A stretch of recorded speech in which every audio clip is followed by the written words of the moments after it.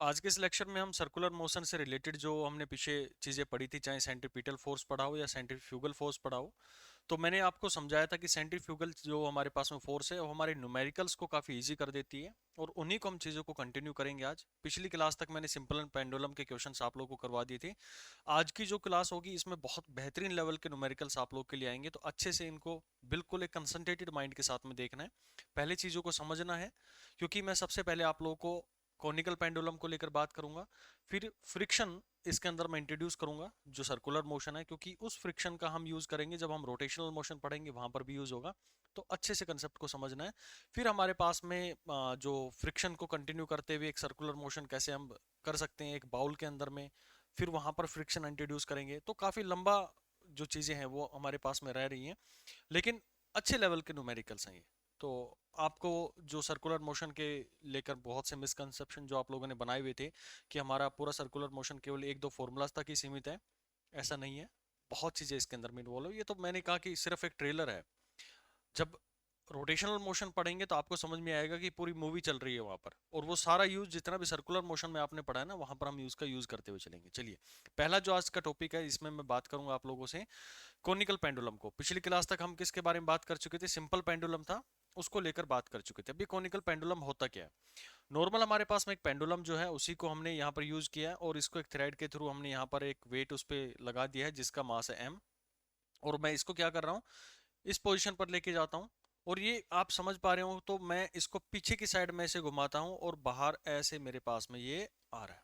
कुछ इस तरह का पेंडुलम है, मतलब आप एक चीज ऐसे लटका दिए और ऐसे घुमा के लेके आ रहे हैं, जैसे यहाँ पर रखा हुआ है। मतलब मैं इसका आगे की तरफ व्यू दिखाऊं तो आपको ये स्ट्रेट दिख रहा है, लेकिन जब मैं इसको घुमा रहा हूँ तो ये पूरा एक नीचे की साइड में क्या कर रहा है, सर्किल टाइप में बन रहा है, यानी कि उसका बेस जो है वो एक सर्किल टाइप में बन रहा है।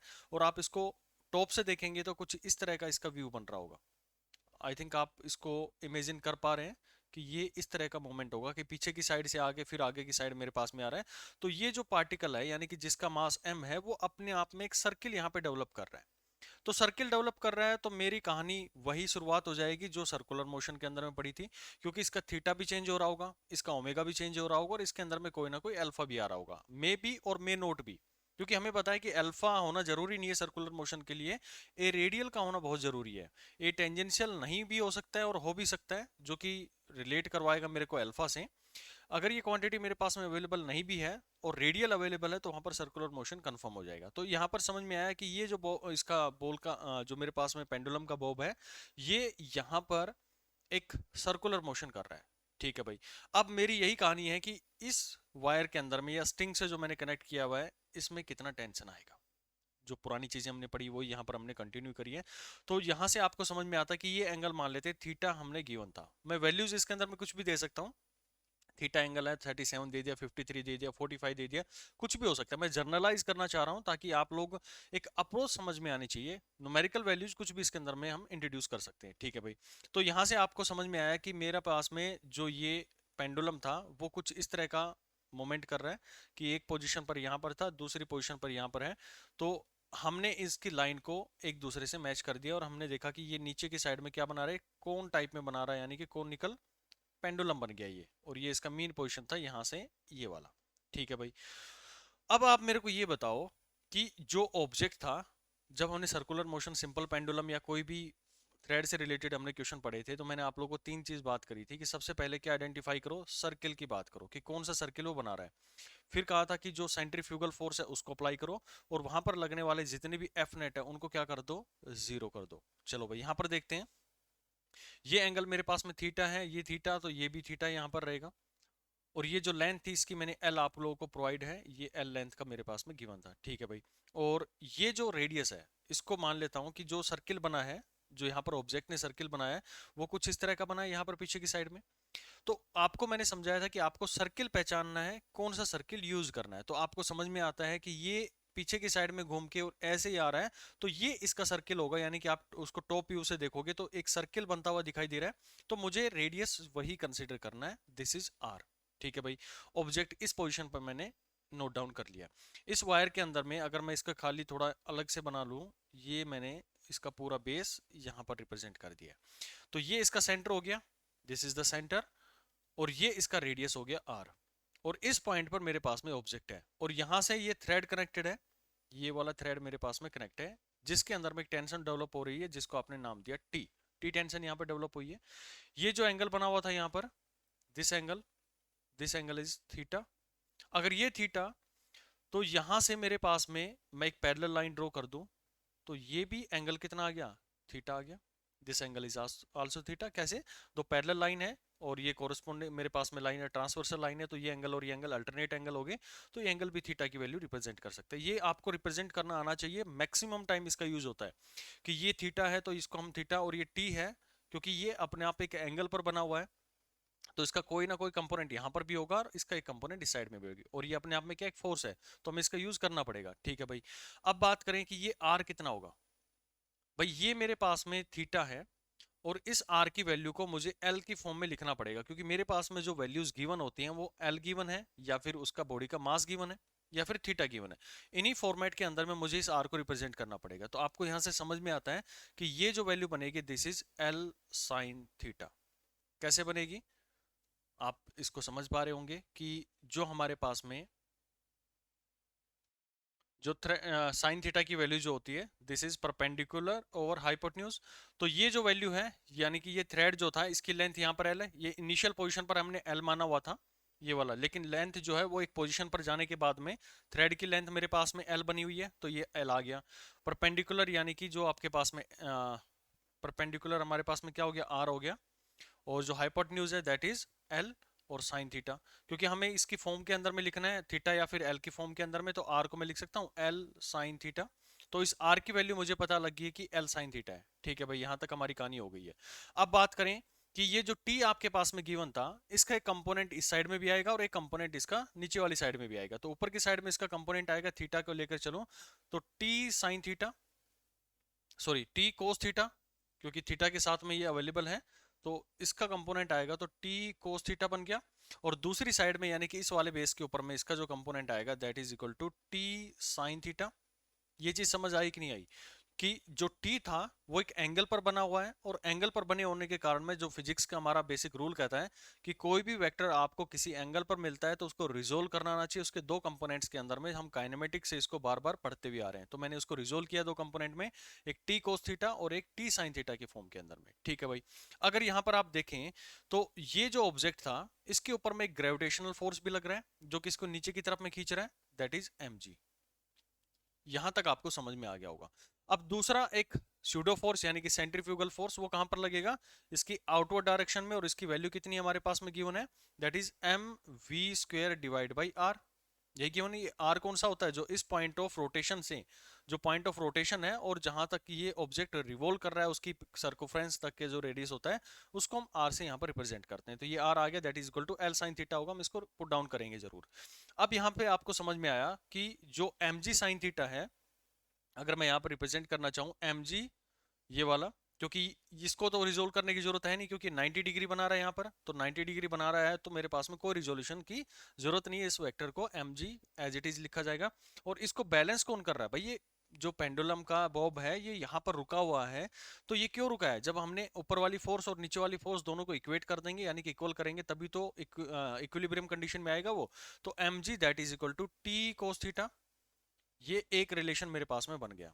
ठीक है भाई, अब दूसरे रिलेशन की बात करूं तो यहां पर आपको समझ में आता है कि इसको बैलेंस करने वाला कौन, अंदर की साइड में टी साइन थीटा है, that is equal to T sine theta, और बाहर की साइड में इसको कौन बैलेंस कर रहा है, that is M V square divided by L sine theta. वही एफ नेट वाला फॉर्मूला मैंने यहाँ पर यूज किया, और कुछ भी नहीं है।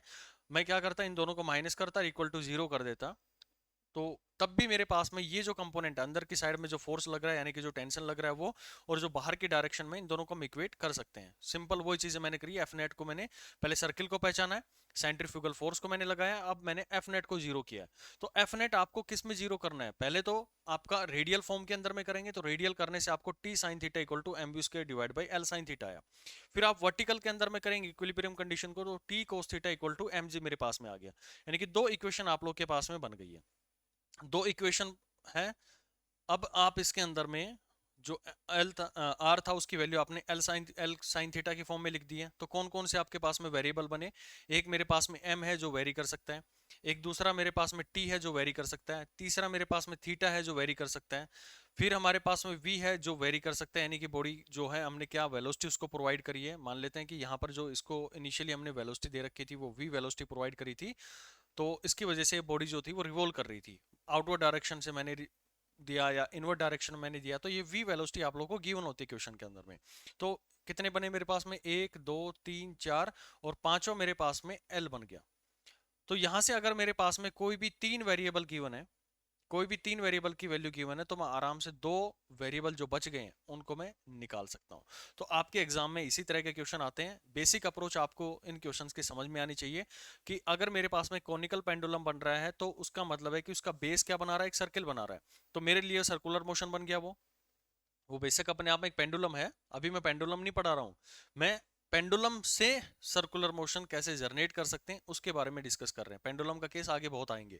तो ये एक सर्किल बना रहा है उसका बेस, तो मेरे को उसका सर्किल पता लग गया। सर्किल पता लगने के बाद में हमने उसके ऊपर में सेंट्रीफ्यूगल फोर्स लगा दिया, ये लग गया।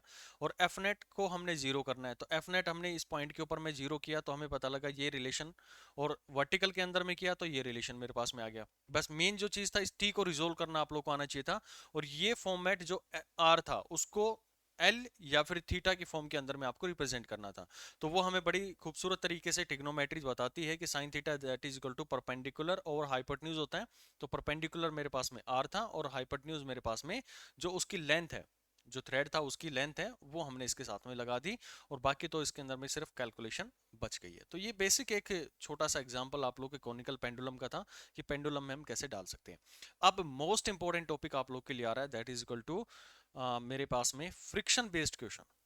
देखो, जब किसी भी एग्जामिनर को बहुत बेहतरीन लेवल का न्यूमेरिकल बनाना होगा तो वो सर्कुलर मोशन और फ्रिक्शन दोनों को एक साथ जोड़ देगा। और इससे इतने खूबसूरत क्वेश्चन बनते हैं कि देखकर मजा आ जाता है इन क्वेश्चंस को। और हमारे जितने भी पीछे के कॉन्सेप्ट हैं जो हमने फ्रिक्शन के अंदर में पढ़े थे, या एनएलएम के अंदर में पढ़े थे, या काइनेमेटिक्स के अंदर में पढ़े थे, सारे के सारे यहाँ पर लग जाते हैं। तो जो आपके एग्जाम के अंदर में आते हैं ना चीजें, जो भी कम्पिटिटिव एग्जाम के अंदर में आती है, तो वो एक सिंगल टॉपिक को नहीं लेता है, वो आप लोगों की ये पावर एनालिसिस करना चाहता है कि आप चीजों को कैसे जोड़ सकते हैं। मैंने पहले लेक्चर के अंदर में भी आप लोगों को यही बताया था कि ये जरूरी नहीं है कि आपको कितना चीजों को आता है, कितनी चीजें आप लोगों को आती हैं। सबसे जरूरी ये चीज है कि आप उन चीजों को कैसे सम अप करके अपने न्यूमेरिकल्स के अंदर में उनको यूज कर सकते हैं। तो वही अप्रोच आप लोगों को सीखनी है, और उसी के लिए हम यहाँ पर आप लोगों के साथ बैठे हुए हैं, पूरी प्रैक्टिस कर रहे हैं। तो ये बहुत बेहतरीन लेवल के न्यूमेरिकल्स आते हैं। चलिए इसकी शुरुआत करता हूं मैं, और थोड़ा थोड़ा आप लोगों का जो पीछे चीजें आपने पढ़ी है उनको रिवाइंड भी करते चलेंगे। मान लेता हूं एक फिक्स पॉइंट है मेरे पास में। इस फिक्स पॉइंट से मैंने एक ऑब्जेक्ट जो है, या मैं कहूं कि एक थ्रेड है, उसको मैंने बांध रखा है, एक स्ट्रिंग है उसको मैंने बांध रखा है, और यहाँ पर मैंने एक ऑब्जेक्ट है जिसका मास है m, वो यहाँ पर रखी हुई है। ठीक है, ध्यान से सुनते चलना क्वेश्चंस को। और ये एक टेबल के ऊपर में रखा है। इमेजिन करो कि जिस टेबल पर आप अभी पढ़ रहे हैं, या जहां पर भी बैठकर आप पढ़ रहे हैं, उसके बीचों बीच एक कील लगा दी जाए, नेल लगा दी जाए। ये मान लेते हैं कि मैंने कील लगा दी है, जो आप लोग अच्छे से समझ पा रहे होंगे। और ये मैं एक धागा उससे बांध के और एक पोजीशन पर मैं ले आता हूँ, खींच के मैं उसको इस पोजीशन पर ले आया। और इनिशियली मैंने इसको एक वेलोसिटी प्रोवाइड कर दी। इनिशियली मैं इसको एक वेलोसिटी देना चाहता हूँ, वी नोट वेलोसिटी मैंने प्रोवाइड करी है। और जिस टेबल पर रखा गया है, ये जो टेबल रखी है जिसके ऊपर में आपने इस ऑब्जेक्ट को रखा है, उसका फ्रिक्शनल कोफिशिएंट मेरे पास में म्यू है। फिर से सुनो कि मैंने एक कील ली है, उसको मैंने टेबल के अंदर में हॉरिजॉन्टल सरफेस पे मैंने लगा दिया है, और वहां से मैं एक स्ट्रिंग या धागा लेके वहां उसके एंड पर मैंने एक मास बांध दिया है। बिल्कुल हॉरिजॉन्टल सरफेस की बात कर रहा हूं मैं, अभी मैं वर्टिकल की नहीं लेके जा रहा हूं, मैं हॉरिजॉन्टल सरफेस की लेके चल रहा हूं। मैंने उसको बांध दिया है, और अभी मैं उसको क्या कर रहा हूं, मान लेता हूं कि एक तेज से उसको हिट करता हूं, यानी कि इनिशियली कोई वेलोसिटी दे रहा हूं मैं उसको। तो वी नोट से मैंने उसको हिट किया है। और जो सरफेस है जिसके ऊपर में आप ये सारा चीज करके देख रहे हैं, जो हॉरिजॉन्टल सरफेस है, उसका एक फ्रिक्शनल कोफिशिएंट है। अब फ्रिक्शनल कोफिशिएंट आ गया तो आपको समझ में आता है कि वहां पर फ्रिक्शन अवेलेबल होगा। ठीक है भाई। तो अब आपको यही बताना है कि अगर ये ऑब्जेक्ट मेरे पास में जो हॉरिजॉन्टल सरफेस पे रखा है, और म्यू मेरे पास में उसका म्यू मेरे पास में उसका फ्रिक्शनल कोफिशिएंट है, और वी नोट उसकी इनिशियल वेलोसिटी है, तो इस स्ट्रिंग के अंदर में कितनी टेंशन डेवलप होगी। बस यही बताना है। अभी टेंशन जो है मेरे पास में, ये आपको बतानी है, और किसके अंदर में बतानी है, फंक्शन ऑफ टाइम की बतानी है, यानी कि T as the function of time आप लोग को बतानी है। या मैं कहूं कि कभी कभार आप लोगों से ये पूछ लिया जाएगा इस तरह के क्वेश्चंस को लेकर कि देखो ये क्वेश्चन 3-4 क्वेश्चंस का सम अप है जो फ्रिक्शन वाला है। इसके अंदर में सारी चीजें हम देखेंगे कि कैसे हमारे पास में टेंजेंशियल एक्सेलेरेशन निकलेगा, कैसे मेरे पास में एंगुलर एक्सेलेरेशन निकलेगा, कैसे वेलोसिटी निकलेगी, या फिर कैसे मेरे पास में टेंशन निकलेगी। तो 4-5 चीजें आप यहां से सीखेंगे। एग्जामिनर ने क्या पूछा है उन्हीं स्टेप्स के अंदर में सारा कवर अप होता चलेगा। एक जनरलाइज मैं इन चीजों को करना चाह रहा हूं। न्यूमेरिकल वैल्यू मैं कुछ भी दे सकता हूं इसके अंदर में, भाई मास मैंने 1 kg दे दिया, वी नोट मैं 2 मीटर पर सेकंड दे देता हूं, म्यू मैं 0.2 दे देता हूं, कोई भी वैल्यू आप लोग को प्रोवाइड कर दूंगा। लेकिन पहले जर्नलाइज तरीका तो सीखो कि कैसे हम इनको अप्रोच करनी चाहिए। तो ये मैं आप लोगों से पूछ रहा हूं कि tension eight function of time T. तो टाइम टी मैंने क्यों पूछना चाह रहा हूं, क्योंकि जो वेलोसिटी है ना, जब आप इसको हिट करेंगे तो एक फ्रिक्शनल कोफिशिएंट भी इसके पास में रहेगा। तो फ्रिक्शन कोफिशिएंट होने की वजह से उसकी वेलोसिटी कंटिन्यूअसली चेंज हो रही होगी, और कंटिन्यूअसली चेंज हो रही होगी तो कहीं ना कहीं उसकी टेंशन के ऊपर में डिपेंड करेगी, यानी कि उसका टेंशन जो है वो उसके ऊपर में डिपेंड करेगा, वो वेरी करेगा। तो मेरे को यही चाहिए कि किस टाइम पर क्या टेंशन हो उस थ्रेड के अंदर में, तो वो निकालना आना चाहिए। तो बहुत इजी क्वेश्चन होते हैं इस तरह के, बस एक छोटा सा कॉन्सेप्ट इसके अंदर में आप लोगों को सीखना है, और वो अच्छे से सीख भी जाएंगे क्योंकि आपने फ्रिक्शन को अच्छे से पढ़ा है। तो मैं पहली चीज आप लोगों से पूछूं कि क्या यहां पर कोई फ्रिक्शन अवेलेबल होगा, तो आप सभी का आंसर आएगा कि यहां पर हमने म्यू यूज किया है, उसका फ्रिक्शन कोफिशिएंट यूज किया है, तो फ्रिक्शन वहां पर प्रेजेंट होगा। ठीक है भाई, क्या जो फ्रिक्शन है वो मेरे पास में स्टैटिक होगा या फिर काइनेटिक होगा। अगर मैंने कोई इनिशियल वेलोसिटी को प्रोवाइड करी है, तो स्टैटिक और काइनेटिक को आप कैसे समझते थे। अगर कोई भी दो ऑब्जेक्ट्स हैं उनके बीच में रिलेटिव मोशन है, रिलेटिव मोशन है, इट मींस कि वहां पर काइनेटिक फ्रिक्शन आता है। और दूसरा, अगर उनके बीच में रिलेटिव मोशन नहीं है, तो वो जो फ्रिक्शन होता है that is equal to static friction. ये नहीं है कि दो अगर ऑब्जेक्ट मेरे पास में रुका हुआ है, इसके ऊपर में बहुत अच्छे से हमने डिस्कस भी किया था फ्रिक्शन के अंदर में, मैं थोड़ा सा रिवाइज करवा रहा हूं आप लोगों को, कि ये जरूरी नहीं है कि ऑब्जेक्ट मेरे पास में रुका हुआ है तभी उसके अंदर में स्टैटिक फ्रिक्शन हो। ये दोनों ऑब्जेक्ट चलते हुए भी एक दूसरे के स्टैटिक फ्रिक्शन रख सकते हैं। बस हमें ये देखना होता है कि रिलेटिवली क्या दोनों ऑब्जेक्ट मूव कर रहे हैं या फिर रेस्ट में। उसी तरह से रिलेटिव मोशन का मतलब भी ये है कि अगर ऑब्जेक्ट मेरे पास में है, जैसे मैंने वहां पर आपको एग्जांपल दिया था कि एक ऑब्जेक्ट मेरे पास में नीचे रुका हुआ है और इसके ऊपर मैं रख के इसको खींच रहा हूं, तो ऑब्जेक्ट तो ये रेस्ट में है मेरे पास में, तो वहां पर जो फ्रिक्शन आया हमने काइनेटिक फ्रिक्शन के नाम से जाना था। तो जरूरी नहीं हमें ये देखना होता है काइनेटिक फ्रिक्शन के अंदर में भी कि क्या उनके बीच में कोई रिलेटिव मोशन है या नहीं। अगर रिलेटिव मोशन इंट्रोड्यूस हो रहा है वहां पर, इट मीन्स कि वो मेरे पास में काइनेटिक फ्रिक्शन को इंट्रोड्यूस करवाएगा। तो आपने बोला कि फ्रिक्शन तो है वहां पर, तो अब मैंने पूछा कि भाई कौन सा फ्रिक्शन होगा, क्योंकि मैंने इसको इनिशियल वेलोसिटी प्रोवाइड करी है, तो ये जो वेलोसिटी है इसको मूव करवाने की कोशिश करेगी, तो ये हमारे पास में काइनेटिक फ्रिक्शन को इंट्रोड्यूस करवाएगा। अच्छा, अब जो आप लोगों के दिमाग में आना चाहिए फ्रिक्शन का नाम लेते हुए, फ्रिक्शन अच्छी चीज है या फिर मेरे लिए खराब चीज है। फ्रिक्शन जो होती है हमारे लिए बहुत अच्छी चीज होती है, और इस फ्रिक्शन का मतलब चीजों को रोकना नहीं होता है।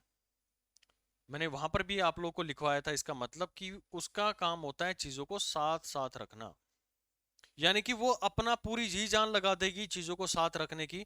जैसे आपको समझ में आ रहा होगा कि ये जो ब्लॉक है मेरे पास में, जो एम मास यहाँ पर हमने यूज किया है और इस हॉरिजॉन्टल टेबल के ऊपर में या सरफेस के ऊपर में रखा है, तो ये मैं इसको वेलोसिटी प्रोवाइड कर रहा हूँ। लेकिन ये सरफेस जो टेबल वाला है और ये मास है जो एक दूसरे के कॉन्टेक्ट में है, ये हमेशा क्या रहना चाहते हैं, एक दूसरे के साथ रहना चाहते हैं। और साथ साथ रहने का मतलब क्या है, तो इसमें फ्रिक्शन को मैं अगर कंसिडर करना चाहूँ तो इस पर्टिकुलर सिचुएशन के अंदर में मैं कुछ चीज़ें आप लोगों को प्रोवाइड करता हूँ, कुछ सिनेरियो आप लोगों को प्रोवाइड करता हूँ। आप लोगों को ये बताना है कि यहाँ पर फ्रिक्शन कैसे लगेगा और क्यों लग रहा है वो। तो ये मैंने कुछ ग्राफ्स बनाए हैं, एक पोजीशन, दो पोजीशन, 3, 4, 5, 6, 7, 8। मैं आप लोगों से ये पूछना चाह रहा हूँ इस क्वेश्चन में कि जो फ्रिक्शन तो लगेगा, आपने कहा कि म्यू मेरे पास में गिवन है, और इस फ्रिक्शन का काम है चीजों को साथ साथ रखना, और साथ साथ रखने का मतलब है कि ये ब्लॉक को और इस सरफेस को एक साथ में रखना चाहता है, उसको जितना पॉसिबल ये अब उसको होल्ड करके रख सकते हैं, कोशिश करेगा उसको रोकने की। तो यहां पर किस डायरेक्शन में फ्रिक्शनल फोर्स को लगना चाहिए, भाई मैंने इसको वेलोसिटी जो है वो इस डायरेक्शन में प्रोवाइड करी है। तो सभी का आंसर ये आया होगा कि जी यहां पर अगर मैं बात करूं तो ये एक सर्किल अगर बने कुछ इस तरह का, यहां पर एक सर्किल बना दूं मैं, तो ये इस सर्किल का क्या आ गया, एक टेंजेंट आ गया जहां पर मैं इसको वेलोसिटी प्रोवाइड कर रहा हूं। तो ये ऑब्जेक्ट अगर कुछ इस तरह का बना हुआ है कि यहां पर मैंने v वेलोसिटी प्रोवाइड करी है, तो जो इसका मोशन रोकने के लिए, यानी कि इस डायरेक्शन में ऑब्जेक्ट मूव ना करे, तो फ्रिक्शन को किस डायरेक्शन में लगना चाहिए, बिल्कुल इसके टेंजेंशियली लगना चाहिए। तो ठीक उसी तरह से यहां पर जो ऑब्जेक्ट आपने v वेलोसिटी प्रोवाइड करी है, v नोट वेलोसिटी प्रोवाइड करी है, तो फ्रिक्शन फोर्स कहां पर डेवलप होगा, टेंजेंशियली होगा, यानी कि 7 नंबर की जो पोजीशन है उस डायरेक्शन में ये फ्रिक्शनल फोर्स डेवलप हो जाएगा। यानी कि आप ये कहें कि जो फोर्स है, यानी कि आपको ये पहचानना ही होगा, फ्रिक्शन का जितना भी क्वेश्चन आएगा उसके अंदर में आप लोग को यही पहचानना सबसे जरूरी है कि जो फ्रिक्शनल फोर्स है वो रेडियल लग रही है या फिर टेंजेंशियल लग रही है। बस ये पहचानना अगर आपको फ्रिक्शन के क्वेश्चंस में आ गया तो समझ लो आपका फ्रिक्शन प्लस सर्कुलर सबसे आसान टॉपिक हो जाएगा। तो इस क्वेश्चन के अंदर में आपने देखा कि फ्रिक्शन, अभी देखो मैं टेंजेंशियल की बात करिए, अगला जो क्वेश्चन आएगा उसमें रेडियल ले आऊंगा, फिर मैं नॉर्मल की बात कर लूंगा, तो जो चाहेंगे इसके अंदर में हम कवर अप कर लेंगे। बस आपको एक तरीका समझ में आना चाहिए कि क्या मैं बात कर रहा हूं। तो ये ऑब्जेक्ट को मैं इस डायरेक्शन में लेके जाना चाह रहा हूं, तो फ्रिक्शनल फोर्स इसको क्या करेगी, नीचे की साइड में खींचने की कोशिश करेगी। तो ये मेरे पास में ऑब्जेक्ट था, अगर मैं इसका सिनेरियो यहाँ पे डेवलप करूं, तो ये मेरे पास में वी नोट है। इस ऑब्जेक्ट के, क्योंकि सरफेस के ऊपर में रखा है, हॉरिजॉन्टल सरफेस पे रखा है, तो इसका जो नॉर्मल फोर्स आएगा that is equal to mg, और जो फ्रिक्शनल फोर्स यहाँ पर लग रहा है, frictional force that is equal to mu mg लग रहा है भाई। ये सभी को समझ में आता है। और क्योंकि अपोजिट डायरेक्शन में लग रहा है तो हम इसको माइनस भी लिख सकते हैं, माइनस म्यू mg, यानी कि पीछे की डायरेक्शन में लग रहा है जो हमारा ओरिजिनल डायरेक्शन था। ठीक है भाई। अब यहाँ पर टेंजेंशियल एक्सेलेरेशन कितना है ऑब्जेक्ट के अंदर में, तो टेंजेंशियल एक्सेलेरेशन की वैल्यू आई है 80 that is equal to minus mu g. भाई जो पीछे की साइड में खींच रहा है, तो फ्रिक्शनल फोर्स मतलब मैं पीछे की साइड में उसको बात कर रहा हूं, तो मैं चाहे इसको प्लस लिख दूं या माइनस लिख दूं, मेरे को डायरेक्शन उसके समझ में आता है कि उसका अपोज करेगा ये। लेकिन जो टेंजेंट इसका एक्सेलेरेशन होगा, वो एक्सेलेरेशन इसको पीछे की साइड में यानी कि वी नोट को कम करवाने की कोशिश करेगा। तो मैं इसको लिख सकता हूं कि जो टेंजेंशियल एक्सेलेरेशन आया है that is equal to minus of mu g. यहां से मैंने उठाया, इसको म्यू उठाया, मैंने जी उठाया, क्योंकि हम लिख सकते हैं ना F is equal to M into में जी ए के बराबर होता है। तो एफ जो यहाँ पर हमारे पास में आई है, इसके इक्वेट करूंगा mu M G equal to M A के बराबर, तो एम से एम कैंसिल हो जाएगा, और ए जो बचेगा that is equal to minus mu g मेरे पास में बचेगा। मैंने सिर्फ वो यहाँ पर यूज किया है। तो टेंजेंशियल एक्सेलेरेशन मुझे मिल गया। अब टेंजेंशियल एक्सेलेरेशन मिल गया है, तो क्या मैं एंगुलर एक्सेलेरेशन निकाल सकता हूँ, बिल्कुल निकाल सकते हैं। Angular acceleration that is given as 80 divide by R के बराबर होता है, और 80 की वैल्यू आई है minus mu ji divide by R. अब यहां पर मुझे समझ में आया एक चीज कि म्यू मेरे पास में कांस्टेंट है, जी मेरे पास में कांस्टेंट है, आर मेरे पास में कांस्टेंट है, तो कंफर्म है कि जो एंगुलर एक्सेलेरेशन आया है this is also a constant value, यानी कि इसकी भी एक कांस्टेंट वैल्यू है। और अगर ये कांस्टेंट वैल्यू मेरे को प्रोवाइड कर रहा है, तो मैं आराम से अपनी तीन इक्वेशंस जो आती हैं, तीन इक्वेशन जो हमने पढ़ी थी सर्कुलर मोशन की, उनको मैं यूज कर सकता हूं। भाई उनकी सफिशिएंट कंडीशन ये थी ना, क्योंकि मैं टाइम का फंक्शन तभी बना सकता हूं ना जब मेरे पास में तीन इक्वेशन के अंदर में रख के देख सकूं मैं। तो वो मेरे लिए अप्रोच यहां तक लाने की जरूरी थी कि क्या मैं उन इक्वेशंस को यूज कर सकता हूं या नहीं कर सकता। तो यहां से मुझे टेंजेंशियल एक्सेलेरेशन मिला, वहां से मैंने उसका एंगुलर एक्सेलेरेशन निकाला, और यहां पर मुझे पता लगा कि ये तो कांस्टेंट वैल्यू दे रहा है, तो हमने पता लगाया कि ये हम तीन इक्वेशन जो थी सर्कुलर मोशन की, उनको हम बड़ी खूबसूरत तरीके से यूज कर सकते हैं। ठीक है भाई। तो यहां पर मैं इसका फ्री बॉडी डायग्राम बना लूं इस ऑब्जेक्ट का, तो मेरे लिए क्या था, सर्किल को पहचानना, मैंने सर्किल को पहचान लिया है, पहला पॉइंट सर्किल को पहचानना, वो हमने देख लिया कि ये सर्किल है। ठीक है भाई। अब जो ऑब्जेक्ट था उसके ऊपर में क्या लगाना है, सेंट्रीफ्यूगल फोर्स लगाना है। तो सेंट्रीफ्यूगल फोर्स ये बाहर के डायरेक्शन में लगेगा, this is equal to M V square divide by R. तो ये वी नोट की जो भी वैल्यू रहेगी हम यहाँ पर रख देंगे, तो मेरे पास में इसका वैल्यू लगा that is M V square divide by R. ये वी कुछ भी हो सकता है, किसी भी टाइम की मैं बात कर रहा हूँ। और अंदर की साइड में क्या लग रहा है, इस पर टेंशन लग रहा है, टी लग रहा है। क्या और कोई फोर्स लग रहा है, बिल्कुल एक फोर्स और लग रहा है नीचे की साइड में, दैट इज इक्वल टू, क्योंकि हमने हॉरिजॉन्टल सरफेस पे रखा है, तो हॉरिजॉन्टल सरफेस पे सिर्फ एक फ्रिक्शनल फोर्स लगेगा, मैं वर्टिकल कंपोनेंट्स की बात नहीं कर रहा हूं यहां पर। तो ये फ्रिक्शनल फोर्स लगा that is mu M G लगा, और ऊपर की डायरेक्शन में हमने क्या प्रोवाइड कर रखा है, इसको एक v वेलोसिटी प्रोवाइड कर रखी है। ठीक है भाई। तो मेरे पास में जो सिनेरियो क्रिएट हुआ है, तो मैं इसकी वेलोसिटी यूज कर सकता हूं कि फाइनल इसका एंगुलर वेलोसिटी जो रहेगा that is equal to omega initial plus में अल्फा टी रहेगा।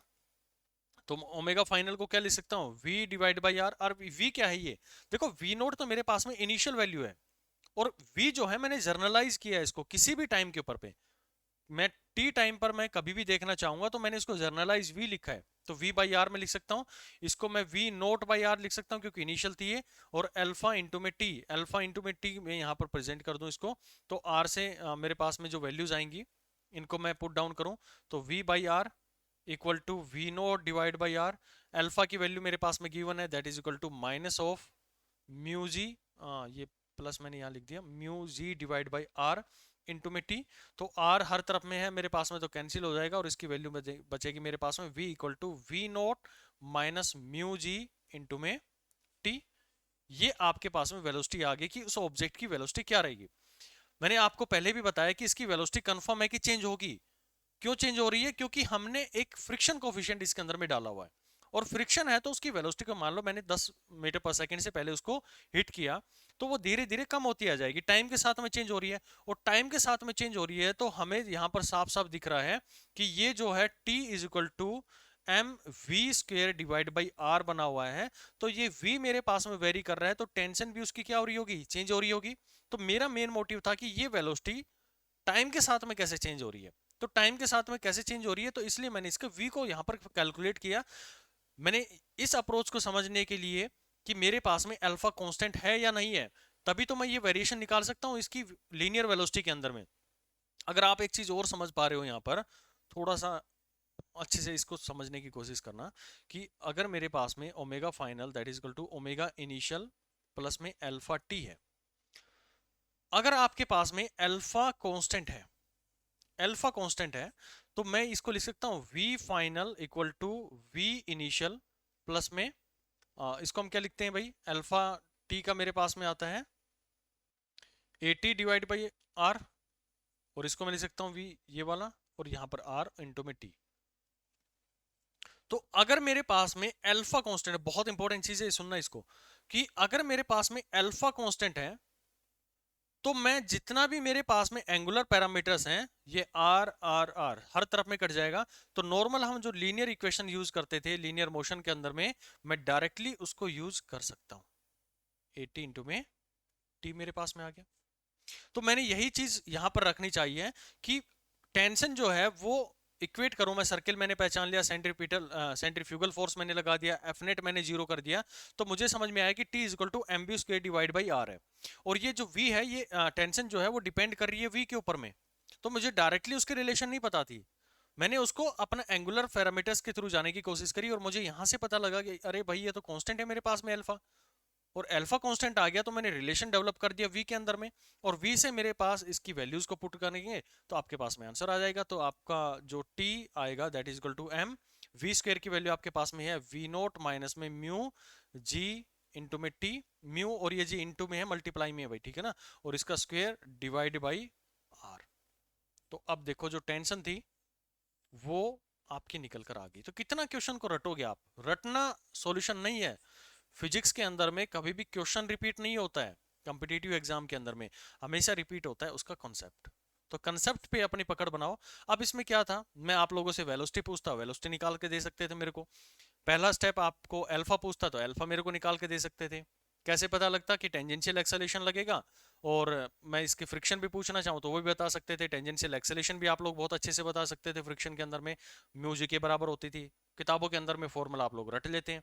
यहाँ से आपने बेसिक को समझा कि भाई ये फ्रिक्शन लगा क्यों, टेंजेंशियली क्यों आया और इस डायरेक्शन में क्यों आया। ये मैंने 4-5 सिनेरियो आप लोग के साथ के क्रिएट किए, क्योंकि फ्रिक्शन जो होता है सरफेसिस को साथ साथ रखना चाहता है, ये चाहता है कि ये इसको छोड़ के ना जाए, तो उसको रोकने के लिए पीछे की साइड में अपना एक्सेलेरेशन लगा देगा। अब किसी के दिमाग में ये भी आना चाहिए कि रेडियली क्यों नहीं लगा, क्योंकि अगर भाई रेडियली यहाँ पर एक्सेलेरेशन आ जाता मेरे पास में तो वो एक सर्कुलर मोशन करवा देता। भाई टेंजेंशियली तो उसको रोकना है मेरे को, ठीक है ना, तो वहां पर फ्रिक्शन मैंने जनरेट करवा दिया, और टेंजेंट अगर इसका एक्सेलेरेशन इस डायरेक्शन में आ जाता तो वो एक सर्कुलर मोशन उसका डेवलप हो जाता, तो बॉडी अपने आप ही उसका साथ छोड़ देती। अगले न्यूमेरिकल के अंदर में उस चीज को हम कवर अप करेंगे। तो ये वी के अंदर में मैंने रिलेशन बनाया, और वी के रिलेशन बनने के बाद में हमने डायरेक्टली उसको पुट डाउन किया। तो एग्जामिनर यहां तक भी पूछ सकता है आप लोगों से, पहला क्वेश्चन यहां तक पूछ लेगा कि टेंजेंशियल एक्सेलेरेशन बताओ, दूसरा आप लोगों से पूछ लेगा कि एंगुलर एक्सेलेरेशन बताओ, तीसरा आप लोगों से पूछ लेगा कि क्या वेलोसिटी होगी उसकी किसी भी पॉइंट के ऊपर में, वो पूछ सकता है, और चौथा पॉइंट वो आप लोगों से उसकी टेंशन क्यों पूछ सकता है। तो आपको पकड़ अपने कंसेप्ट पे बनानी है, रटना नहीं होता क्वेश्चंस को। चलिए नेक्स्ट क्वेश्चन देखते हैं। अच्छा कॉन्सेप्ट है, फ्रिक्शन को जोड़ते हुए इन चीजों को आगे पढ़ते हैं। मान लेते हैं कि कोई मेरे पास में डिस्क है। अभी मैंने कौन सा एग्जांपल लिया आप लोगों के साथ में, जो टेंजेंशियल फ्रिक्शन जिसके अंदर में डेवलप हो रहा था। अभी मैं एक डिस्क ले रहा हूं, ये हमने एक डिस्क ले लिया और यहां पर मैं कोई मास को बांध रखा है। डिस्क के ऊपर में एक मास मैंने रख दिया है, ठीक है, यहां पर मास मैंने रख दिया जिसका मास है m, ठीक है भाई। और ये जो है ये मेरे पास में डिस्क है, इसका सेंटर है ये, और इसको मैं एक एंगुलर एक्सेलेरेशन दे रहा हूं कुछ इस तरह का, सॉरी एंगुलर स्पीड मैं उसको दे रहा हूं। मान लेते हैं कि कुछ इस तरह की चीज है मेरे पास में, कुछ, तो मैंने उसके ऊपर में क्या किया है, कुछ है नहीं मेरे पास। अच्छा, इससे सीखने एक बार थोड़ा ना समझने की कोशिश करना, कि मान लेता हूं कि ये मेरे पास में एक डिस्क है जो यहाँ पर आप लोग को दिख रही है। इसको फील करना है, जब तक फील नहीं करोगे ना ये क्वेश्चन आप लोग का सोल्व नहीं कर सकते आप लोग। ये मेरे पास में डिस्क है जो आपको दिख रही है, जो मैंने बाहर ये बना रखा है इसके अंदर में, ये वाला जो इसका एक्सिस है ये मैंने रिप्रेजेंट किया और बीचों बीच एक्सिस के अंदर से निकल रहा है, ठीक है भाई। ये डिस्क का पूरा सॉलिड फॉर्म है। अब इस डिस्क के ऊपर में मैं क्या कर रहा हूँ, कुछ एक चीज प्लेस कर देता हूँ। मान लेते हैं कि कोई मेरे पास में इसके ऊपर में मैं ये एक छोटी सी मास है, इसको मैंने प्लेस कर दिया है इस पोजीशन के ऊपर में, और मैं इसको एक एंगुलर एक्सेलेरेशन दे रहा हूँ, सॉरी एक एंगुलर, मैं इसको स्पीड एंगुलर स्पीड इसको प्रोवाइड कर रहा हूँ। तो आप देख रहे हैं कि ये डिस्क मेरे पास में घूम रही है, तो डिस्क के साथ साथ में ये ऑब्जेक्ट भी घूम रहा है, ठीक। अगर ये ऑब्जेक्ट मेरे पास में घूम रहा है तो मैं अभी इसको धीरे धीरे घुमा रहा हूं। मैं एक पर्टिकुलर ओमेगा दिया, मैंने देखा कि ये नहीं गिरा, फिर मैंने थोड़ा और तेज किया, थोड़ा और तेज किया इसका ओमेगा, तो ये नहीं गिरा। मैंने फिर अगला ओमेगा लिया, एक राउंड मैंने देखा नहीं गिरा, मैंने 4 रेडियन पर सेकंड घुमाया तो ये गिर गया। यानी कि एक ऐसा ओमेगा मैंने लिया जिस पर ये जो ऑब्जेक्ट थी ये गिर गई, यानी कि स्लिप हो गई है। तो मुझे वही ओमेगा फाइंड आउट करना है कि ये सरफेस जो मेरे पास में डिस्क है इसका एक फ्रिक्शन कोफिशिएंट है जो इसको होल्ड करके रखा हुआ था इनिशियली, लेकिन जैसे मैं इसको ओमेगा बढ़ा रहा हूं तो एक पोजीशन के लिए एक ओमेगा यानी कि 1 रेडियन लिया नहीं गिरा, मैंने इसको 2 रेडियन किया नहीं गिरा, 3 रेडियन किया नहीं गिरा, 4 रेडियन किया तो ये गिर गया। तो ये कौन सा ओमेगा आएगा जिस पर ये स्लिप कर जाए, या फिर वो ओमेगा की वैल्यू जहां तक ये कोई भी स्लिपिंग ना हो, यानी कि ऑब्जेक्ट उसके ऊपर से नहीं गिरे। तो ये जो डिस्क मैं आपको दिखा रहा हूं, ये डिस्क आपका ये फॉर्मेट है, और ये जो एम मास है यानी कि मैं इसको जो रख रहा हूं ये वाला मास हो गया, ठीक है भाई। तो अगर ये एम मास है मेरे पास में तो आप यहां से समझो कि ये घूम रहा है, अगर मैं इसको थोड़ा होल्ड करके दिखाऊं तो ये मेरे पास में घूम रहा है, तो ये जो मास है ये भी अपने आप में एक सर्कुलर मोशन बना रहा है। फिर से समझो इसको कि ये मेरे पास में ऑब्जेक्ट है जो कि यहां पर मैंने रखा हुआ है, तो मैं इस डिस्क को ऐसे घुमा रहा था, अगर मैं ऐसे इसका व्यू आप लोगों को दिखाऊं तो मैं इसको ऐसे घुमा रहा था, तो ये भी अपने आप में एक सर्किल बना रहा है। ये जो नीचे वाला ऑब्जेक्ट था ये भी मेरे पास में जो एम मास का मैंने यूज किया है वो भी एक सर्किल बना रहा है। तो मैं आप लोगों से वो ओमेगा पूछना चाह रहा हूं, ये ओमेगा जिसको मैं एंगुलर घुमा रहा था, कि जिसके लिए नो स्लिपिंग यानी कि स्लिपिंग ना हो। तो कहीं ना कहीं आप लोग के दिमाग के अंदर में आना चाहिए कि ये सरफेस है जो दोनों के बीच में एक म्यू लगा हुआ है जिसको हमने जाना है फ्रिक्शन कोफिशिएंट के नाम से, और ओमेगा मैंने इसको प्रोवाइड किया है, और ये जो रेडियस है ये वाला जो रेडियस है इसको मैंने आर रिप्रेजेंट किया, इसके एक एंड पे मैंने इसका एम मास रखा हुआ है। तो ये फाइंड करना है कि वो ओमेगा बताओ जहां पर कोई भी स्लिपिंग ना हो। तो इसके अंदर में बिल्कुल सिंपल सा क्वेश्चन है ये। आपको पहली चीज तो ये समझो कि क्या यहां पर फ्रिक्शन है, बिल्कुल है, फ्रिक्शन है मेरे पास में। अब मैं मेरा दूसरा क्वेश्चन कि फ्रिक्शन कौन सा, स्टैटिक या काइनेटिक। देखो ये सरफेस है जो डिस्क है और ये जो मास है मेरे पास में, आप यहां पर देख पा रहे थे कि ये जो ऑब्जेक्ट है ये दोनों चीजें हैं वो मोशन तो कर रही हैं, घूम तो रही हैं वो एक दूसरे के रिस्पेक्ट में, लेकिन जो इसकी वेलोसिटी है वही इस ऑब्जेक्ट की वेलोसिटी है। यानी कि दोनों के दोनों अगर मैं रिलेटिवली चेक करना चाहूं तो एक दूसरे के साथ में रेस्ट में है। तो हमने कहा कि यहां पर फ्रिक्शन जो लग रहा है, जो इनको क्या रखना चाहता है, फ्रिक्शन की सबसे खूबसूरत चीज कि चीजों को साथ साथ रखना चाहता है। तो साथ साथ रहने के लिए जो वेलोसिटी नीचे डिस्क की है, ध्यान से सुनो इस पॉइंट को, कि इसको साथ साथ रहने के लिए, इन दोनों ऑब्जेक्ट को साथ साथ रहने के लिए जो वेलोसिटी नीचे वाले ऑब्जेक्ट की है वही वेलोसिटी इस ऊपर वाली ऑब्जेक्ट की भी होनी चाहिए। यानी कि यहां पर मेरे पास में लगा स्टैटिक फ्रिक्शन, ठीक भाई। तो साथ साथ का मतलब हमें समझ में आया कि दोनों की वेलोसिटी क्या होनी चाहिए, सेम होनी चाहिए। ओके, अब बात करें कि जैसा आपने देखा कि ये ऑब्जेक्ट जो थी वो हम इसको होल्ड करके रखने वाला कौन सा कंपोनेंट रेस्पॉन्सिबल है। तो यहां पे आपको समझ में आया कि अगर ये मैंने ओमेगा बढ़ा रहा हूं तो ये ऑब्जेक्ट जो थी वो बाहर की डायरेक्शन में गिर रही थी। देखना, इसको दोबारा से ऑब्जर्व करना अच्छे से कि मैंने इसको घुमाया तो ये ऑब्जेक्ट इनिशियली नहीं गिरी, मैंने इसको होल्ड करके रखा हो और जैसे मैंने तेज किया तो ये मेरी साइड में बाहर की साइड में निकल कर आ गई है। तो आपको होल्ड किस डायरेक्शन में करवाना है इसको, बट टेंजेंशियली तो इसकी हमारे पास में जो ओमेगा रहेगा, एक पर्टिकुलर ओमेगा जो डेवलप होगा तो वहां पर इसकी डायरेक्शन चेंज हो रही है बेसिकली, लेकिन इसका मैग्नीट्यूड जो है, जो वेलोसिटी हमने यहाँ पर डिफाइन करी है, उसकी वेलोसिटी चेंज नहीं हो रही है। एक पर्टिकुलर ओमेगा मैंने लिया, मान लो 1 रेडियन पर सेकंड लिया, तो उसका वेलोसिटी चेंज नहीं हो रहा है, सॉरी स्पीड उसका चेंज नहीं हो रहा है, यानी उसका मैग्नीट्यूड चेंज नहीं हो रहा है, चेंज हो रहा है उसकी डायरेक्शन। तो डायरेक्शन वाला कंपोनेंट है वो रेस्पॉन्सिबल है इसको होल्ड करवाने के लिए। तो टेंजेंशियल तो एक्सेलेरेशन आ ही नहीं रहा इसके अंदर में, क्योंकि ओमेगा हमने क्या लिया है, कांस्टेंट लिया है। पहले 1 रेडियन लिया नहीं गिरा, 2 रेडियन लिया नहीं गिरा, 3 रेडियन लिया नहीं लिया, वो कंटिन्यूअसली वेरी नहीं कर रहा। मैं अलग अलग ओमेगा के ऊपर में चेक करके देख रहा हूं, तो मुझे वो मैक्सिमम ओमेगा की वैल्यू निकालनी है जहां पर ये स्लिपिंग, जहां तक ये स्लिपिंग ना हो। तो मैंने पहले 1 रेडियन से देखा, नहीं गिरा है। तो आपको समझ में आ रहा है कि ये जो होल्ड करके रखे हुए है, ये इसका रेडियल कंपोनेंट है जो इसको होल्ड करके रखा हुआ है। तो ये बाहर की साइड में ना गिरे, तो ये जो म्यू है, ये इस पे फ्रिक्शन किस डायरेक्शन में लगाना चाहिए, अंदर की डायरेक्शन में लगाना चाहिए। बस ये मैंने कहा था ना आपको कि अगर आपको ये निकालना आ गया कि फ्रिक्शन रेडियल है या टेंजेंशियल है, आपके क्वेश्चन बहुत इजी हो जाते हैं इसके अंदर में। और रेडियल वाले तो सबसे आसान होते हैं। कैसे, देखो यहां पर आपको समझ में आया कि अगर मैं इसका एफबीडी बनाऊं यहां पर, तो इस डायरेक्शन में लग रहा है उसके ऊपर में फ्रिक्शनल फोर्स जो उसको होल्ड करेगा। मैंने स्टिंग तो बांध नहीं रखा, पिछले जो क्वेश्चन थे उसके अंदर में स्टिंग मैंने बांधा हुआ था। यहां पर मैंने क्या किया है, मैंने सरफेस पे रखा हुआ है, तो ये फ्रिक्शन जो है वो अंदर की साइड में लगेगा, तब ताकि बाहर की डायरेक्शन में ना भाग जाए। और बाहर हमारा वही सिनेरियो, ये एम मास है और इसका जो सेंट्रीफ्यूगल फोर्स लगेगा वो होगा M V square divide by R. V की वैल्यू नहीं गिवन है मेरे पास में, ओमेगा के फॉर्म में है, तो कोई इशू नहीं है, हम इसको लिख सकते हैं एम ओमेगा स्क्वायर इंटू में आर। तो ये मेरे पास में जो फ्रिक्शन आएगा, friction that must be equal to M omega square divide by R. ये मेरे को फ्रिक्शन चाहिए, इतना मेरे को फ्रिक्शन रिक्वायर है, तब तक ये ऑब्जेक्ट इसके साथ में बना होगा, इन दोनों ऑब्जेक्ट का साथ जो है वो बना रहेगा, यानी कि साथ साथ दोनों ऑब्जेक्ट्स रहेंगे। तो अगर ये रिक्वायर है, तो जो हमारे पास में मैक्सिमम वैल्यू है इसकी पूरे सिनेरियो की, जो मैक्सिमम वैल्यू है इसके फ्रिक्शन की, तो फ्रिक्शन की मैक्सिमम वैल्यू कितनी आ सकती है, म्यू एम जी, जो उसका नॉर्मल फोर्स होता है वही होता है। ये ऑब्जेक्ट एम मेरे पास में है, नीचे उसका एम जी लग रहा है, ऊपर उसका एन लग रहा है, तो हम उसका आराम से निकाल सकते हैं। जो फ्रिक्शन फोर्स डेवलप होती है उसको आप अच्छे से समझते हैं, दैट इज म्यू इंटू में नॉर्मल है, और नॉर्मल की वैल्यू मेरे पास में एम जी है, तो म्यू एम जी के बराबर मैंने इसको पुट डाउन कर दिया। ये एफ मैक्स की वैल्यू आती है फ्रिक्शन के अंदर में, अच्छे से समझा भी आपने। तो ये मैक्सिमम वैल्यू है, और मेरे को क्या रिक्वायर है कि ये दोनों ऑब्जेक्ट्स बनी रहे, ये वाली रिक्वायर है। तो जो रिक्वायर है मेरे पास में वो मैक्सिमम से कम रहेगी, तो ऑब्जेक्ट वहां पर रुका रहेगा। यानी कि ये ऑब्जेक्ट यहां पर कब तक रुका रह सकता है, जब तक इसके ऊपर में ये फ्रिक्शन लगेगा।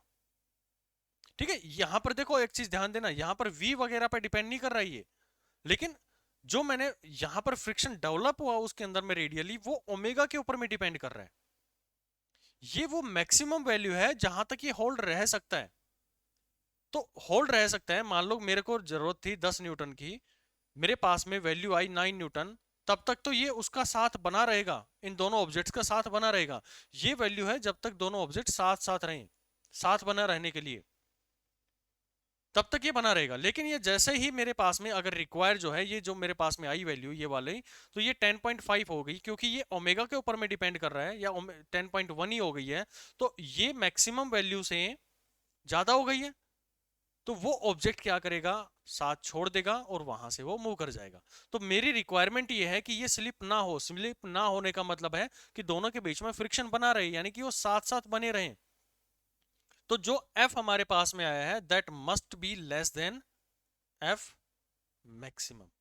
तो यहाँ से जो वैल्यू आई आपके पास में that is equal to M omega square, जो आपके पास में रिक्वायर है, यानी कि इतना तो मेरे पास में बनेगा जब ओमेगा के ऊपर में डिपेंड है, और ये मैक्सिमम वैल्यू है that is equal to mu M G. तो एम से एम आपका कैंसिल हो गया, तो ओमेगा की वैल्यू कितनी आई, omega that is equal to mu ji divide by r. Most important relation, ये बार बार आप लोग अपने न्यूमेरिकल्स के अंदर में यूज करेंगे, तो इसको आप फेमिलियर हो जाएं। Omega that is equal to mu ji divide by R रहेगा, अगर हमें रेडियली उसके अंदर में ओमेगा की वैल्यू फाइंड आउट करनी है। तो आपका जो कंपटीटर एग्जामिनर है वो आप लोगों से यही क्वेश्चन पूछता है।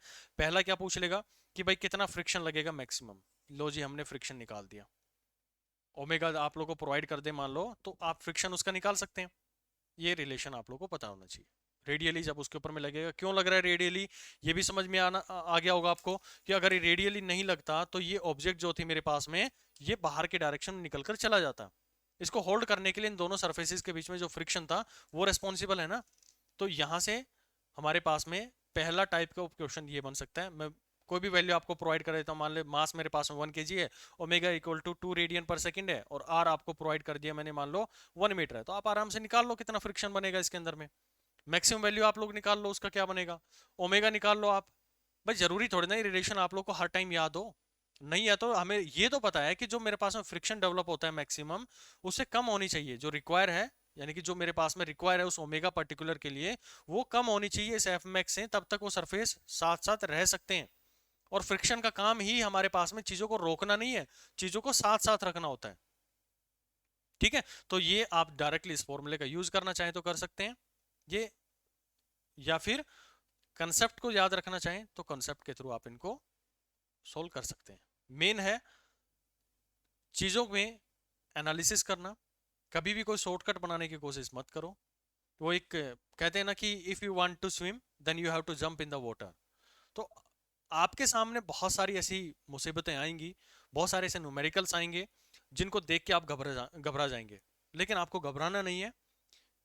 आपको अगर तैरना है तो आपको जंप करना ही पड़ेगा, उस क्वेश्चन के अंदर में कूदना पड़ेगा ही, चाहे यहाँ पर एग्जामिनर कैसा भी क्वेश्चन बना दे, हमारे कॉन्सेप्ट से बाहर नहीं जाएगा वो। और ये मैं जो आपको कॉन्सेप्ट आज दे रहा हूँ ना, ये आपको कहीं पर भी नहीं मिलेंगे। ये चीज़ें आती हैं जब हम बहुत सारी चीज़ों को एनालिसिस कर लेते हैं, बहुत से लोगों को हम टीच कर देते हैं, जब बहुत सारे डाउट्स बच्चों के आते हैं, तो तब ये जाकर हमारे पास में डेवलप होता है कि हाँ, हमें इस तरह से भी क्वेश्चन और करने चाहिए। और जो भी कम्पिटिटिव एग्जाम होते हैं हर साल अपना कोई ना कोई लेवल उठा रहे होते हैं। तो यहाँ पर जो चीज़ें पढ़ा रहा हूँ ना, वो आपको एक कम्पिटिटिव एग्जाम तक ही सीमित नहीं रखनी है, वो आपके लाइफ में हर जगह पे काम आएंगे। चाहे आप मान लो किसी कंपनी के अंदर में जाते हैं, वहां पर भी आप लोग को इनका यूज होगा। चाहे आप कहीं टीचिंग कर रहे हैं तो टीचिंग में भी आपको, देखो एक अच्छे टीचर की यही क्वालिटी होती है कि वो कॉन्सेप्ट को कितना अपना थ्रो कर सकता है, बच्चों को वन शॉट में कितना समझा सकता है कि बार बार उसको रिपीट ही ना करना पड़े।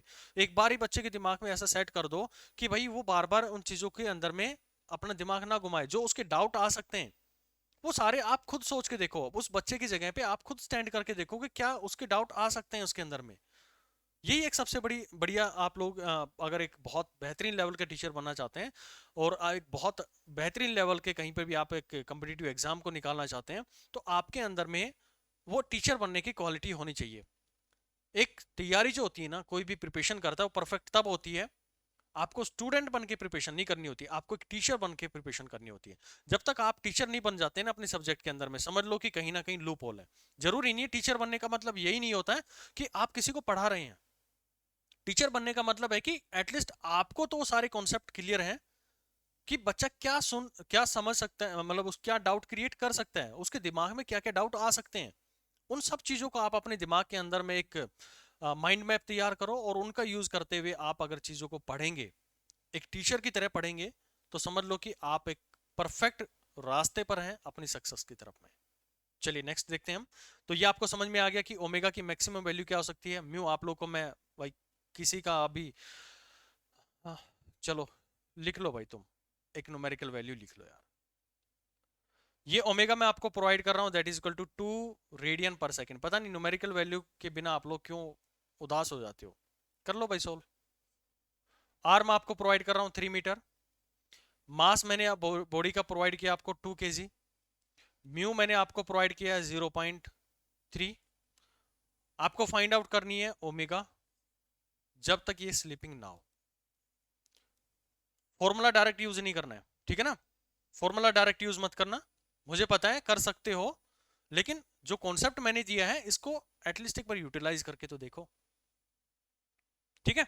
तो आप इसको सोल्व करो और जो भी आंसर आएगा, मुझे नहीं पता, मैंने रैंडमली इसका डेटा उठाया है, आप अपना सोल्व करो और देखो कि जो आप डायरेक्ट इसके अंदर में वैल्यू रख के जो फाइंड करेंगे और जो कॉन्सेप्ट लगाकर आप लोग करेंगे, तो दोनों का आंसर सेम आ रहा है कि नहीं आ रहा है। अगर आ रहा है तो समझ लो कि आप एकदम एकदम बेहतरीन लेवल पर इस चीज को समझ गए। अब इसमें तीसरा जो केस बन सकता है कि ओमेगा जो मेरे पास में था, जो यहाँ पर ओमेगा आपको प्रोवाइडेड था, वो वेरी कर सकता है। अभी तक हमने कोई कांस्टेंट वैल्यू निकाली थी, वो वेरी कर सकता है, तो वो थोड़ा सा एडवांस लेवल का हो जाएगा, हम उसको यहाँ पर स्किप करेंगे।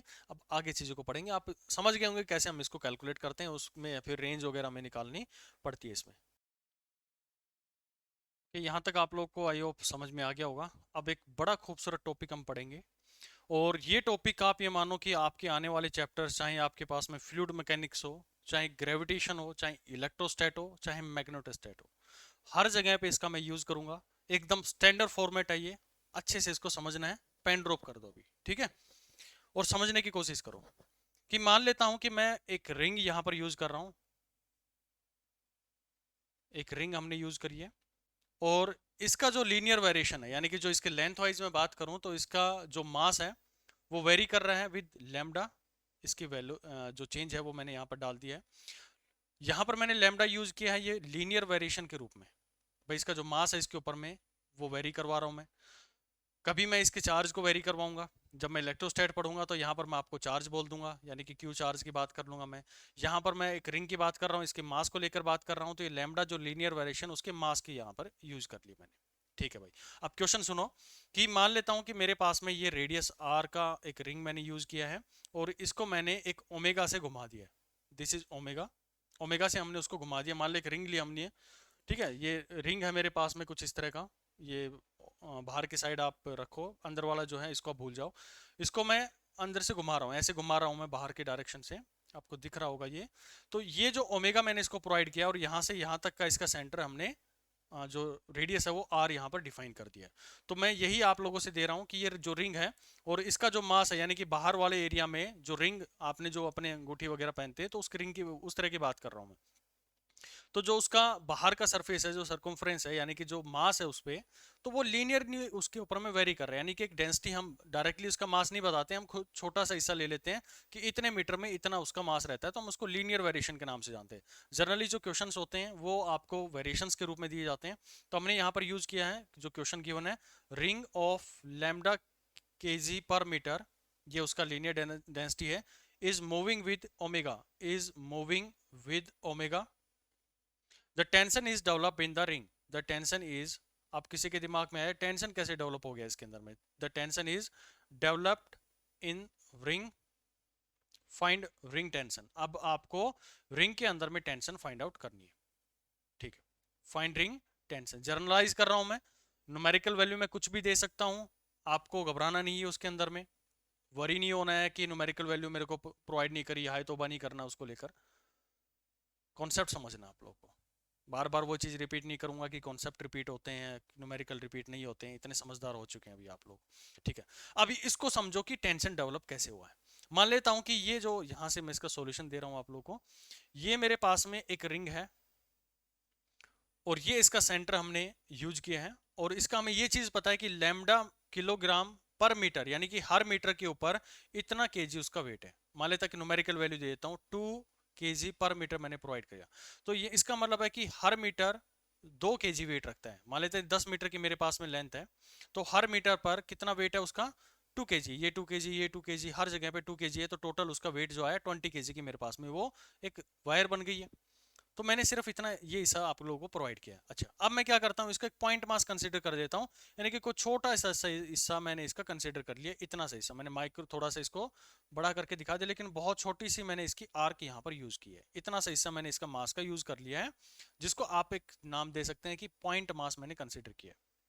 कॉन्सेप्ट समझना है इसके अंदर में अच्छे से, ठीक है भाई।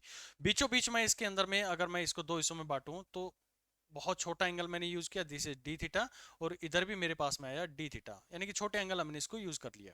दोनों साइड में जो इसे बने हुए हैं, ये इसका सेंटर हमने मान लिया अगर, तो ये डी थीटा इधर एंगल बना रहा है और डी थीटा इसके साथ में इस डायरेक्शन में, या कहूँ कि उसके नॉर्मल के साथ में जो एंगल बन रहा है, ठीक है। अगर मैं इसको बहुत ही माइक्रोस्कोपिक लेवल पर देखूं, ये वाला जो हिस्सा है, इतना हिस्सा जो मैंने काटा है, इसको मैं माइक्रोस्कोपिक लेवल पर देख रहा हूँ, और ये माइक्रोस्कोपिक लेवल पर ही देखना आपको बहुत ज्यादा इंपॉर्टेंट है। इसको अगले पेज पे कर लेते हैं। लो जी, ये मैंने इसका माइक्रोस्कोपिक व्यू बना दिया है, ये आ गया माइक्रोस्कोपिक, और ये कुछ आपको ऐसा दिख रहा होगा यहाँ वाला हिस्सा, ठीक है भाई। अब देखो यहाँ पर जो मास है और यहाँ पर जो मास है, ये इसको इस डायरेक्शन में खींच रहा होगा, यानी कि जो स्ट्रिंग है, आपने वायर अगर पढ़ा था तो वायर के अंदर में जो उसके हिस्से हैं वो खिंचाव उसके अंदर में पैदा करते हैं, यानी कि एक मास इधर है एक मास इधर है, तो ये इसको इस साइड में खींचने की कोशिश कर रहा होगा, और ये वाला हिस्सा जो है वो इसको इस साइड में खींचने की कोशिश कर रहा होगा।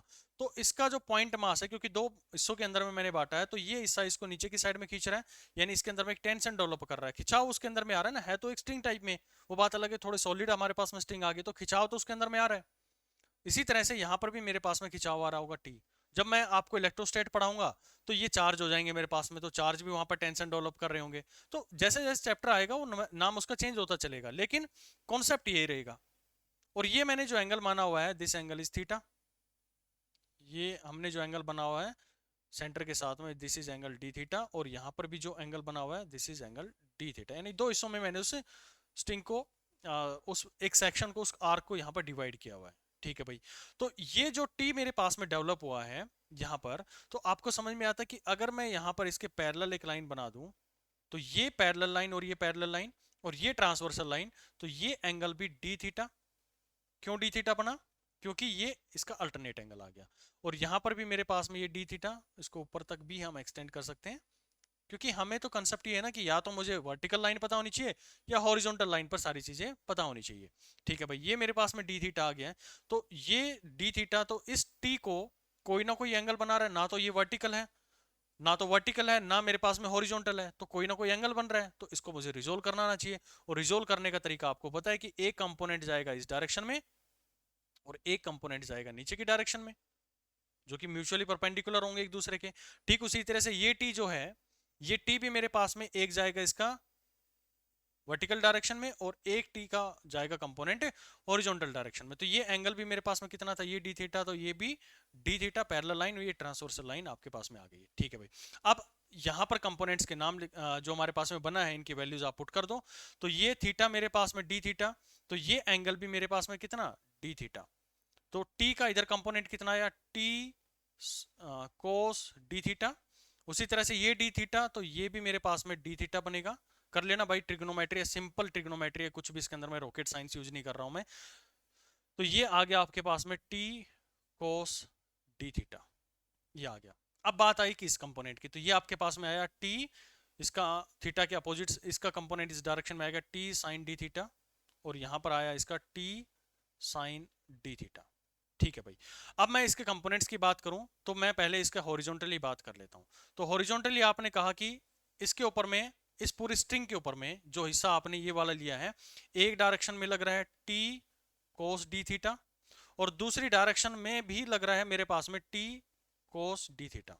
तो हॉरिजॉन्टली तो उसके ऊपर में कोई भी नेट फोर्स नहीं लग रहा है, यानी कि वो क्या हो गया, नेट टी नेट मेरे पास में कितना हो गया हॉरिजॉन्टली, वो जीरो हो गया, ठीक है भाई। यहाँ की कहानी हमें समझ में आ गई। अब वर्टिकल की बात करूं मैं, तो वर्टिकल में एक टी साइन थीटा नीचे की डायरेक्शन में, दूसरा टी साइन थीटा भी मेरे पास में नीचे की डायरेक्शन में लग रहा है। तो वर्टिकली आपको समझ में आ रहा है कि उसका कंपोनेंट जो है वो t sine D theta plus दूसरा t sine d d theta, तो टोटल मेरे पास में बना टी नेट, यानी कि वर्टिकल जो बना वो बना 2t साइन डी थीटा। ये पहली इक्वेशन आ गई, ये मेरे पास में दूसरी इक्वेशन आ गई। यानी कुछ नहीं किया मैंने, जो भी उसके ऊपर में टेंशन लग रहा है उस टेंशन को दो हिस्सों में तोड़ा है, एक उसका वर्टिकल कंपोनेंट तोड़ा और एक मैंने उसका हॉरिजॉन्टल कंपोनेंट तोड़ा है। तो वर्टिकली हॉरिजॉन्टली तो मुझे समझ में आ गया कि वो बैलेंस हो रही है, दोनों का नेट जो है मेरे पास में जीरो आ रहा है। लेकिन मैं वर्टिकल की बात करूं तो दोनों ही फोर्स मेरे पास में नीचे की डायरेक्शन में लग रही है, यानी उसको नीचे की साइड में खींचने की कोशिश करेंगे। लेकिन क्या अगर टेंशन उस पर लग रहा है, जो यहाँ पर टेंशन लगा है इसके अंदर में, तो क्या वो वहां पर नीचे की डायरेक्शन में आ रहा है, यानी कि जो रिंग थी क्या वो अपने आप डिफॉर्म हो रही है, मतलब इस टेंशन का मतलब तो ये हो गया नीचे की डायरेक्शन में फोर्स लग रहा है, तो ये हिस्सा दब के ऐसे हो जाना चाहिए था, आगे का हिस्सा मतलब जो रिंग थी वो बिल्कुल एक सर्कुलर ना रह के ऐसे हो जाती, पिछक जाती है, तो लेकिन वो तो फिर भी वहां पर मेंटेन है, यानी कि कोई ना कोई ऐसी फोर्स है जो इसको बैलेंस किए हुए है। जो ये फोर्स लग रहा है ना वर्टिकल, इसको बैलेंस करवाना ही सबसे ज्यादा इंपॉर्टेंट है, चाहे आप कोई सा भी चैप्टर पढ़ेंगे, इसी को मुझे बैलेंस करवाना है, क्योंकि ये बैलेंस नहीं हुआ तो आपको समझ में आता है कि वो चीज उस डायरेक्शन में क्या हो जाएगी, पिछक जाएगी, यानी कि ये इसको नीचे खींचेगा, ये इसको नीचे खींचेगा, उसका डिफॉर्मेशन हो गया। तो ये जो बैलेंसिंग है, ये बैलेंसिंग मुझे आनी चाहिए। तो जब हम यहां पर बात करेंगे तो सेंट्रीफ्यूगल फोर्स आ जाएगी इसके अंदर में, और जब हम आगे बात करेंगे कौन से चैप्टर के अंदर ग्रेविटेशन में, तो उस पर मास रख दूंगा मैं यहाँ पर जो इसको बैलेंस करवाएगा। इलेक्ट्रोस्टैटिक फोर्स के बारे में बात करेंगे तो यहाँ पे चार्ज रख दूंगा जो इस फोर्स को बैलेंस करवा देगा। यानी कि जैसे जैसे चैप्टर्स बनेंगे यहाँ पर हम उसको एक चार्ज हुआ या मास हुआ या फिर जो मेरे पास में फ्लूइड मैकेनिक्स पढ़ेंगे, ग्रेविटेशन हुआ, तो वो चीजें यहाँ पर हम उसके अंदर में रख देंगे, मास हुआ, चार्ज हुआ, कुछ भी रखना चाहूँ मैं यहाँ पर, जो कि मेरा मेन मोटिव होगा इसको बैलेंस करवाना। और ये मैं कहता हूं कि स्टैंडर्ड फॉर्मेट है आपके आगे के आने वाले सभी क्वेश्चंस के लिए।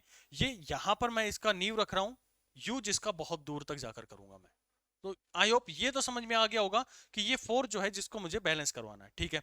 तो यहां पर कैसे बैलेंस करवा जाए, बात आई, इसको बैलेंस कैसे करवाया जाए। तो यहां से आपने एक सर्किल बनाया हुआ है, यहां से छोटा सा हिस्सा हमने डी एम लिया हुआ था मास का, ठीक। तो ये इसका सेंटर मेरे पास में जो बना हुआ है, जो कि एक ओमेगा एक्सेलेरेशन के साथ में मूव कर रहा है, तो यहां पर इसका एक सेंट्रीफ्यूगल फोर्स, सर्किल मैंने पहचान लिया कि सर्किल में मूव कर रहा है ये, इसका सेंट्रीफ्यूगल फोर्स बाहर के डायरेक्शन में लगेगा, जो कि होगा क्या होता है एम ओमेगा स्क्वायर इंटू में आर। तो एम यहां पर कितना है, डी एम गिवन है, D M omega square into में आर मेरे पास में आ गया, ठीक है भाई। ये सेंट्रीफ्यूगल फोर्स आपके पास में आ गई है, कौन बैलेंस करेगा इसको, 2t साइन डी थीटा, इसको ये बैलेंस करवानी पड़ेगी। ये दोनों बैलेंस हो गई हैं, तो मतलब ये जो है इसका डिफॉर्मेशन नहीं हुआ है। फिर से समझो इसको कि ये जो पॉइंट मैंने प्रोवाइड किया है ये कहां से आया है, ये हमारी सेंट्रीफ्यूगल फोर्स है। भाई टेंशन इसको नीचे की डायरेक्शन में खींच रही है, तो एक एक फोर्स ऐसी भी होनी चाहिए जो इसको बाहर के डायरेक्शन में खींचे, यानी उसका डिफॉर्मेशन ना होने दे। तो डिफॉर्मेशन ना होने दे तो यहां पर हमारे पास में एग्जिस्टेंस में आता है उसका सेंट्रीफ्यूगल फोर्स। तो मैंने जो मास लिया था वो पूरा मास नहीं लिया, मैंने एक छोटा सा हिस्सा लिया था मास का, क्योंकि मैं एक आर्क के ऊपर में काम कर रहा हूं ना, क्योंकि पूरे को मैं कंसीडर नहीं कर सकता एक साथ में, उसको करना है तो मुझे इंटीग्रेट करना पड़ेगा उसको। तो मैंने एक छोटा सा हिस्सा लिया और वहां से सारी कैलकुलेशन में कर सकता हूं। तो 2t साइन इसको बैलेंस करना चाहिए। अच्छा, अब ये dm जो मेरे पास में इसकी वैल्यू क्या होगी, तो dm को आप लिख सकते हैं कि टोटल मेरे पास में कितना था, तो dm की वैल्यू हमारे पास में आ गई है भाई, ये वाला मेरे पास में आ गया f, यहां से मैं लिख सकता हूं इसको लैम्डा इंटू में 2r² डी थीटा, ठीक है। आर के थ्रू हमने इसको सोल्व किया है, कितना मेरे पास में रेडियस है, ये इसकी लेंथ मैंने फाइंड आउट करी, फिर जो मास था वो डी लैम्डा था उसके ऊपर में वेरी, तो वो मैंने फाइंड किया, और ये मैंने उसके साथ में कैलकुलेशन करके इसकी जो डीएम वैल्यू आई है वो कैलकुलेट कर दी है। तो आप इस दोनों को इक्वेट करेंगे तो आपके पास में जो बनेगा that is equal to lambda into में 2r² ओमेगा स्क्वायर इंटू में डी थीटा, और इसको इक्वेट करना है यानी कि बैलेंस करना है, that is 2t sine D theta. अब क्योंकि डी थीटा बहुत स्मॉल है तो मैं इसको क्या कर सकता हूँ, खाली अगर डी थीटा मेरे पास में गिवन है और ये थीटा मेरे पास में इक्वल होता है, तो मैं इसको डायरेक्टली डी थीटा के बराबर में पुट डाउन कर सकता हूँ। तो डी थीटा ये एक दूसरे को कैंसिल आउट कर देंगे तो यहाँ से आपके पास में जो टेंशन की वैल्यू आएगी that will be equal to lambda square omega square into में आर स्क्वायर।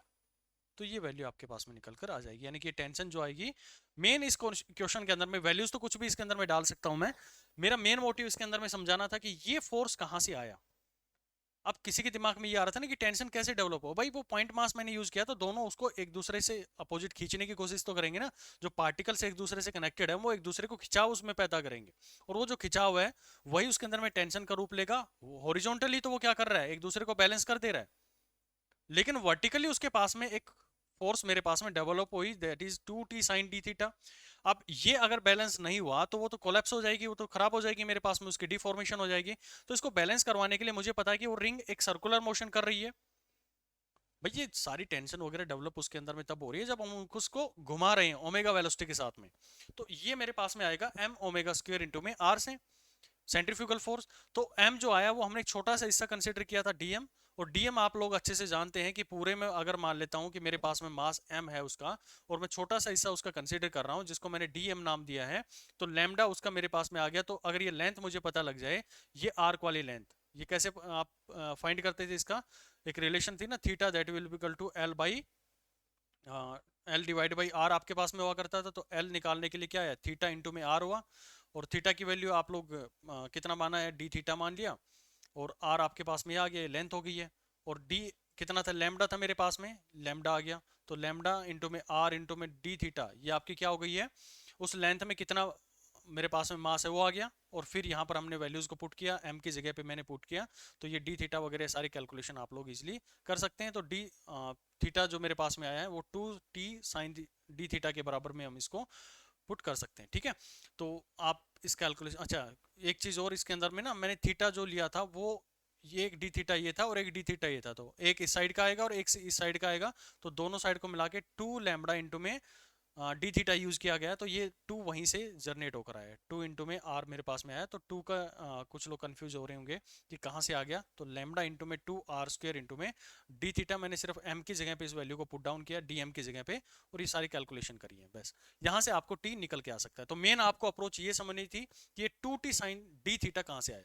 जब आगे जब मैं पढ़ाऊंगा तो बार बार मैं इस चीज को रिपीट नहीं करूंगा, आप अच्छे से इसके ऊपर में अभी से ग्रिप बना लेगी, कैसे इसको बैलेंस करेंगे, कैसे हॉरिजॉन्टली बैलेंस करना है, कैसे वर्टिकली बैलेंस करना है, और उसको बैलेंस करने के लिए वो फोर्स जो जनरेट करेगा, वो कभी यहाँ पर मैं मास रख दूंगा, कभी वो मेरे पास में सेंट्रीफ्यूगल फोर्स काम आ जाएगी, कभी यहाँ पर हमारे पास में चार्ज काम आ जाएगा। मेन मोटिव रहेगा इसको बैलेंस करवाना। आई होप आप लोग को यहाँ तक समझ में आ गया होगा, और इसी के साथ में आपका जो सबसे इंपॉर्टेंट पोर्शन था वो कवर हो चुका है।